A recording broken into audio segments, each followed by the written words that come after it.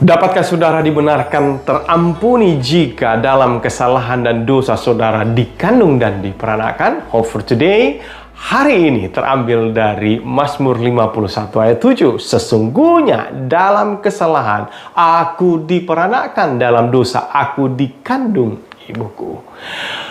Mazmur ini adalah puisi dari seorang yang sedang malu dan remuk hatinya karena keberdosaannya. Setelah Daud ditegur dengan keras oleh Nabi Nathan, ia kemudian menyesali perilakunya yang tercela tidur dengan Batsheba istri Uria, dan rekayasa jahatnya mengakibatkan kematian Uria. Perhatikan pernyataan Daud, sesungguhnya dalam kesalahan aku diperanakan, dalam dosa aku dikandung ibuku. Apakah maksudnya dalam dosa, kesalahan dikandung dan diperanakan? Untuk mengertinya, kita harus mundur jauh sebelum manusia jatuh dalam dosa. Sebelum berdosa, Adam dan Hawa sepenuhnya bebas dari keinginan, rancangan, dan perbuatan jahat. Dalam pikiran dan karakter mereka sepenuhnya murni. Tetapi ketika mereka berbuat dosa, keadaan mereka berubah. Kejahatan tidak sekedar datang lalu pergi, tetapi mereka tetap tinggal dalam kuasa dosa dan rusak selamanya. Tidak hanya pasangan pertama saja, tetapi generasi-generasi selanjutnya juga, termasuk saudara dan saya. Sejak saat itu manusia kecenderungan hatinya terus berbuat jahat. Calvin Rock menyebutkan tidak ada pemulihan secara alami dari dampak dosa yang merusak. Karenanya Adam dan Hawa tidak dapat meraih lagi keadaan mereka yang tidak berdosa. Setan telah berhasil membuat kerusakan yang mendatangkan malapetaka bagi makhluk ciptaan Tuhan. Penyakit yang mereka bawa terhadap diri mereka sendiri adalah kemalangan yang kita warisi sejak lahir dan mengkondisikan ketidaklayakan kita untuk kerajaan surga. Ini adalah sifat daging kita yang tidak dapat diubah, ketidaksucian kita yang menggolongkan kita sebagai pendosa bahkan ketika kita tidak berdosa. Adalah mungkin bagi Adam sebelum berdosa membentuk tabiat yang benar melalui penurutan terhadap hukum Allah, tetapi dia gagal, dan oleh karena dosanya keadaan kita pun lemah sehingga kita tidak dapat membuat diri kita sendiri benar.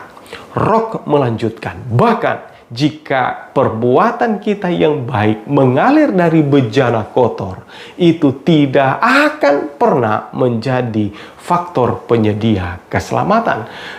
Sebaik apapun, itu hanya menghasilkan pengorbanan yang kotor, kebenaran yang compang-camping, dan ketaatan yang rusak. Itu sebabnya mengapa kehidupan Yesus yang benar diperlukan, dan itu disediakan Yesus dengan cuma-cuma.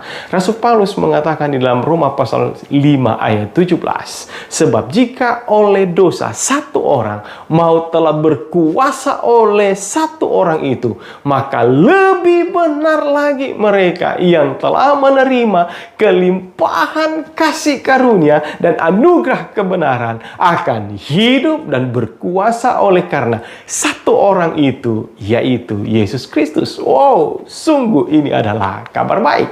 Harapan terbaik hari ini adalah mengajak kita hanya memandang kepada Yesus. Hanya melalui kehidupannya tanpa dosa ada jaminan bagi kita. Rock menyimpulkan bahwa pakaian usang kita untuk kebenarannya, kekudusan kita yang tidak sempurna untuk kemurniannya, kesengsaraan kita untuk keagungannya. Betapa suatu tawaran, betapa suatu berkat, betapa Allah yang ajaib. Terima kasih Tuhan untuk kasih karuniamu. Oleh karena hidupmu, oleh kekudusanmu, hidup yang tanpa dosa telah menjadi jaminan bagi kami untuk hidup, dan Tuhan menukarkan dan memakaikan kebenaran-Mu bagi diri kami. Terima kasih Tuhan untuk jubah kebenaran yang Tuhan pakaikan kepada kami.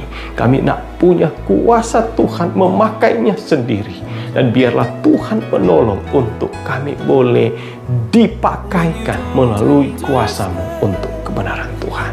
Terpujilah Tuhan sekarang untuk selamanya di dalam anakmu Yesus Kristus Tuhan, Juru Selamat. Kami berdoa. Amin.